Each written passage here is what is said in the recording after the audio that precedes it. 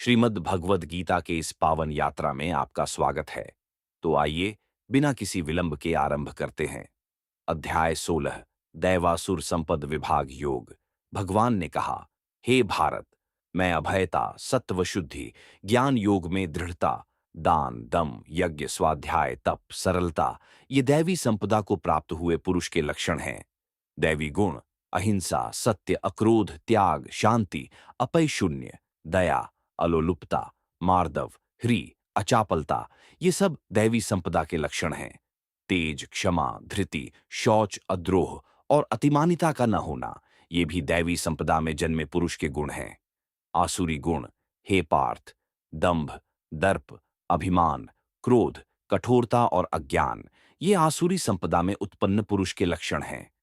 दैवी संपदा मुक्ति के लिए और आसुरी संपदा बंधन के लिए मानी गई है।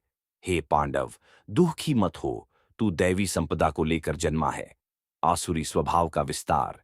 आसुरी स्वभाव वाले मनुष्य न प्रवृत्ति जानते हैं, न निवृत्ति। उनमें न शौच है, न सदाचार, न सत्य। वे कहते हैं, यह जगत असत्य है, आधार रहित है, बिना ईश्वर के है, यह काम से ही उत्पन्न है।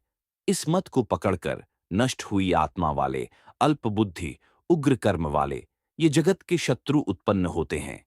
नरक के 3 द्वार, काम, क्रोध और लोभ, ये 3 प्रकार के नरक के द्वार आत्मा का नाश करने वाले हैं।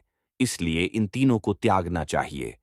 हे कुंती पुत्र, जो मनुष्य इन 3 नरक के द्वारों से मुक्त हो जाता है, वह अपने कल्याण के लिए आचरण करता है और परम गति को प्राप्त होता है। शास्त्र का महत्व। जो शास्त्र विधि को त्याग कर अपनी इच्छा से काम करता है, वह न सिद्धि पाता है, न सुख पाता है, न परम गति पाता है। इसलिए तुझे कर्तव्य और अकर्तव्य के निर्णय में शास्त्र ही प्रमाण है। शास्त्र में कहे अनुसार ही तेरे कर्म होने चाहिए। इति दैवासुर संपद विभाग योगः। तो यह था अध्याय 16 दैवासुर संपद विभाग योग। इसमें हमने दैवी और आसुरी संपदा के भेद को समझा।